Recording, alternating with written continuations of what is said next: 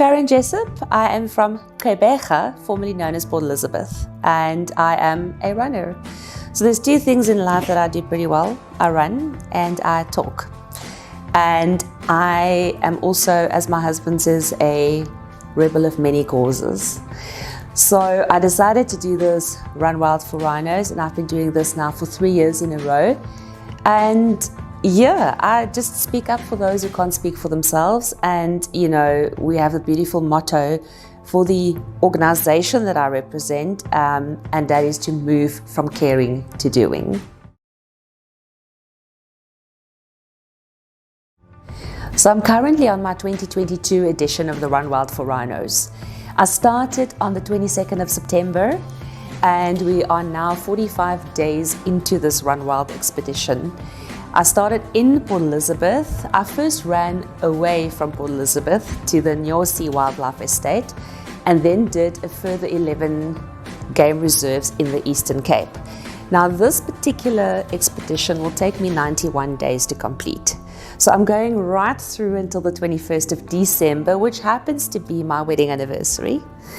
So we're doing in KZN now, and actually from Monday onwards, we'll be doing 16 game reserves, all the major game reserves, both private and provincial and sandparks. So it is not exclusive to private game reserves, it is all inclusive. And the objective of this Run Wild expedition is obviously rhino conservation. So my role, as I see it in my mind, is the awareness, the education, but also to bring in that community element and to showcase all these beautiful places. You know, I've always said that in South Africa, or Africa per se, we are very lucky. No other country, no other continent in the entire world have the Big Five. And we need to capitalize on that. And coming from a conservation background and coming from that perspective, tourism drives conservation, that creates jobs. So you always have to look at that triangle. You can't have the one without the other. If we don't do the socio-economic upliftment of our people, we are not going to save the rhinos, which is what Run Wild for Rhinos is all about. The reason why I decided on doing these Run Wild for Rhinos education and awareness runs is we have been told that there's about 27,000 rhinos left in the world. That is absolute nonsense. With the work that I've been doing in conservation, according to my sources, which I unfortunately cannot reveal, it's more likely less than 13,000. So if we don't take decisive and drastic action now, within approximately 5 years, we will have no rhinos left in the wild.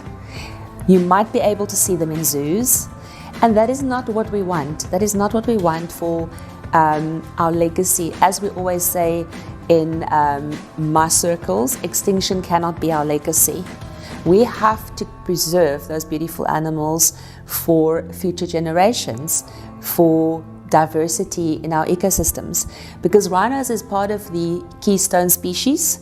So if they disappear out of their environment, so much will go wrong. They are essential, not just for big animals, but for the smaller animals, for the insects, for the plant life. So there's so much more to rhinos than what we see or what is just in the face of it. And we don't want to be that generation responsible for the demise of the rhino. And if we don't take that action now, we will be. The easiest place to find us would be on the Facebook group Run Wild for Rhinos. So if you type that into the search bar, it will pop up right at the top. We're the only ones running wild for rhinos. So there'll also be links to the other platforms in the description of this video below. So be sure to click on those links and make sure that you like, follow and share.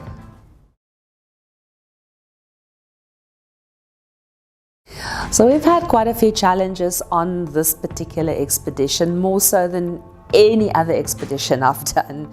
We've been in ditches twice. I was caught in a massive hailstorm, literally. It felt like somebody was throwing rocks at me. Literally sat in my car thinking my windows are going to be knocked out.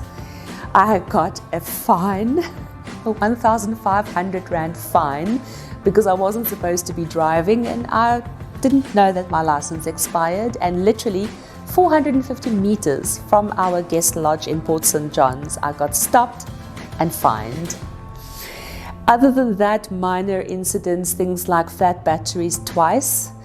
And yeah, I'm in a two-wheel drive. I'm in a front-wheel drive vehicle, so I don't have a 4x4. We're towing a massive trailer because we had to pack for 3 months. So the going gets tough. And then obviously there's times where we think, oh my gosh, we're going to run out of money, and then we get a donation in so we can keep going. So yeah, it's been a challenge. It's been a challenge, but we carry on regardless because the why is really big. Each and every why, all less than 13,000 of them, probably weigh around 2 tons. So we're currently on the south coast, or as it's now called, the Sapphire Coast. From here we're going sort of inland to Tala Game Reserve.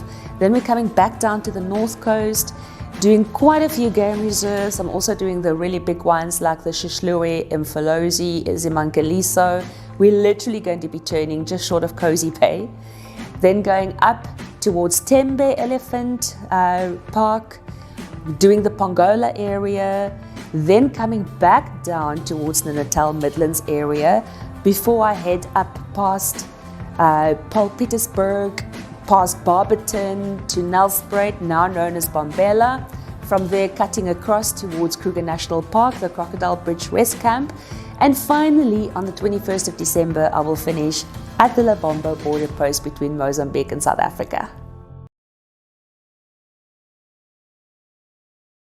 So if anybody would like to support us in this journey or support the cause or the causes that I am running for, please feel free to get hold of me via the Facebook group. Also, again, all the links are listed in the description of this video below, so feel free to talk to me. Guys, thank you so much for listening. Thank you for sharing my passion, and keep following the journey.